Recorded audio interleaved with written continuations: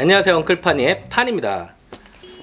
오늘은 12월 20일이고 회사 송년회가 있는 날이에요. 그래서 회사 송년회를 가면서 송년회에 대한 추억을 남기고자 촬영을 시작을 했는데, 생각해보니까 한 달 전쯤에 샘플링 작업 전 단계까지 제가 업로드를 했더라고요. 근데 그 이후에 업로드를 안 해서 오늘은 그 다음 단계를 간단하게라도 좀 설명을 해드리는 게 좋을 것 같아서 촬영을 또 시작을 했습니다.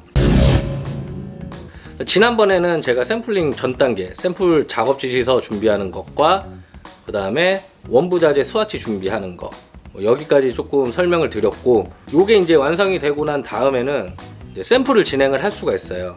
이제 그 단계에 대해서 오늘은 간단하게 설명을 할 거고, 여기서 많이들 물어보는 질문이 샘플실에서 하는 게 좋은지 공장에서 하는 게 좋은지, 이거에 대해서 좀 많은 분들이 질문을 주세요. 근데 사실 뭐 샘플실이 좋냐 공장이 좋냐 이거에 대한 답은 없다고 생각을 해요. 사실 잘하는 데가 좋은 거지, 샘플실에서 했을 때 공장에서 했을 때 장단점이 다르거든요.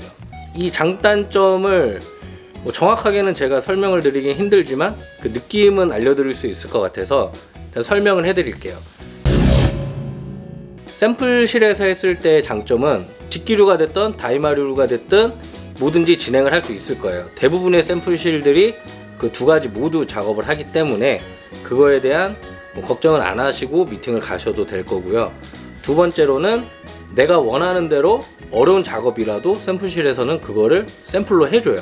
왜냐, 그만큼 이제 스킬이 되고 뭐 데이터가 있다 보니까 뭐 그거를 어려워하지 않고 충분히 해줍니다. 그다음 마지막으로는 말했듯이 데이터가 있다 보니까 뭐 스펙에 대한 오류라든지 오차 범위가 굉장히 적어요.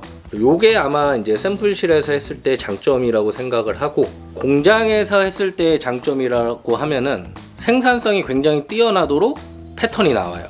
즉 양산했을 때 문제가 최대한 없게끔 그렇게 패턴이 나옵니다. 두 번째로는 이제 샘플을 하고 나서 생산으로 투입되는 시간이 굉장히 짧아요. 왜냐면 그 공장에서 하다 보니까 바로 작업을 들어갈 수가 있거든요. 근데 이제 샘플실에서 하면은 그 샘플 된 거를 또 가지고 가서 공장에서 미팅을 해서 한 번 더 샘플을 보고 이제 진행을 해야 되는 번거로움이 발생하는 반면에, 공장에서 진행을 하면은 이거에 대한 이 기간을 단축을 시킬 수가 있죠. 그리고 마지막으로 공장은 비교적 샘플실에 비해서 샘플비가 저렴한 편이에요. 또 뭐 공장에서 했을 때 장점은 요 정도가 될 것 같아요. 그럼 이제 단점인데, 샘플실에서 했을 때 단점은 뭐냐? 일단은 공장과 반대로 샘플실에서는 가격적인 게 조금 비싼 편이에요. 공장에 비해서 비싸다는 편이에요. 그러다 보니까 이제 부담이 되죠, 사실. 그리고 두 번째로는 아까 장점이 이제 어려운 작업도 해준다라고 했잖아요. 내가 원하는 대로. 요게 이제 단점이 될 수도 있는 게 생산성이 굉장히 떨어지는 경우가 잦더라고요. 샘플실에서는 이렇게 해줬는데 공장에 가져가면 이거 못한다고 하는 경우가 좀 많아요. 그게 이제 공장에서는 생산성을 보기 때문에 조금이라도 더 쉬운 작업하는 거, 쉬운 작업이라기보다 생산을 할 때 어려움이 없는 작업을 좋아하겠죠.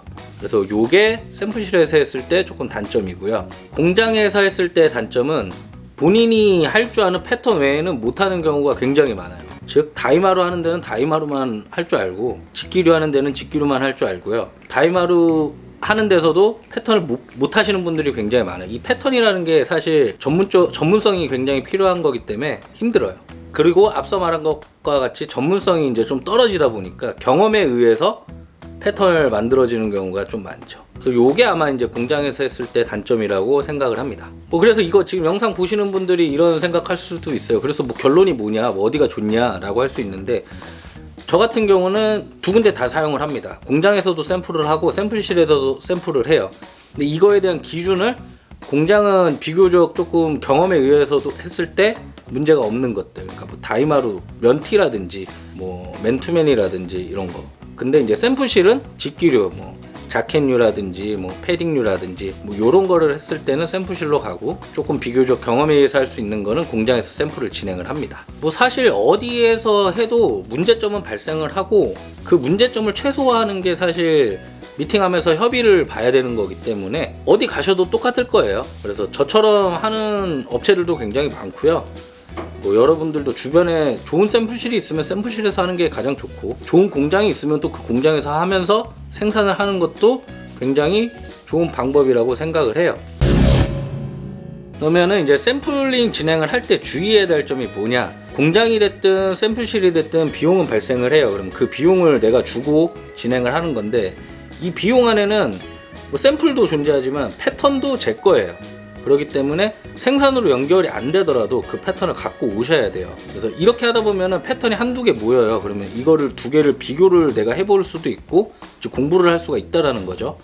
그리고 아니면은 다음번에 다른 곳에 미팅을 할 때 그 패턴을 가지고 가서 이제 참고를 할 수가 있는 그런 상황도 만들 수가 있으니까 패턴을 꼭 받으셔야 돼요. 이거 패턴 안 준다고 하는 데도 있는데 이거는 권리예요. 법적으로 제 거예요, 사실. 그렇기 때문에 패턴을 꼭 받아 오셔야 됩니다. 그리고 또 하나 주의해야 될 점은 이 패턴이 나온 다음에 이거 수정하는 거에 대해서 비용을 또 많이 물어보시더라고요. 수정했는데 수정 비용을 달라는데 어떻게 해야 되냐라고 질문을 주신 분들이 몇 분 계세요. 근데 이때 이거 뭐 법은 아니지만 사실 그 패턴 나온 거 안에서 수정을 할 수 있는 거는 수정 비용이 발생을 안 하는 게 사실 대부분이에요. 근데 이 패턴을 벗어나서 패턴을 다 바꿔야 된다라든지 어려운 작업을 또 한 번 해야 되면은 사실 비용이 발생을 해요. 그렇기 때문에 이거는 처음에 진행을 할 때 수정하는 거에 대해서 협의를 좀 보고 진행을 하시는 게 맞을 거예요. 패턴이 한 번에 제대로 나오는 경우는 거의 없다라고 보셔야 돼요. 무조건 한번 보고 조금이라도 수정을 한번 하게 되니까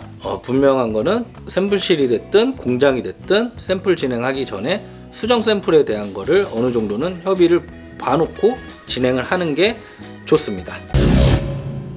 자, 오늘 이렇게 샘플실이 됐든 공장이 됐든 샘플 진행을 할 때 업체 선택할 때 주의해야 될 점을 좀 이야기를 했는데 조금이라도 참고가 됐으면 좋겠네요.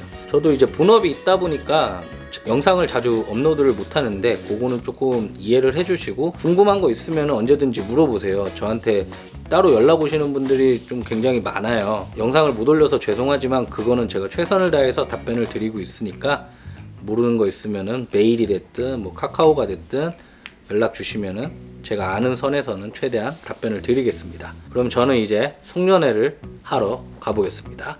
곧 또 봬요.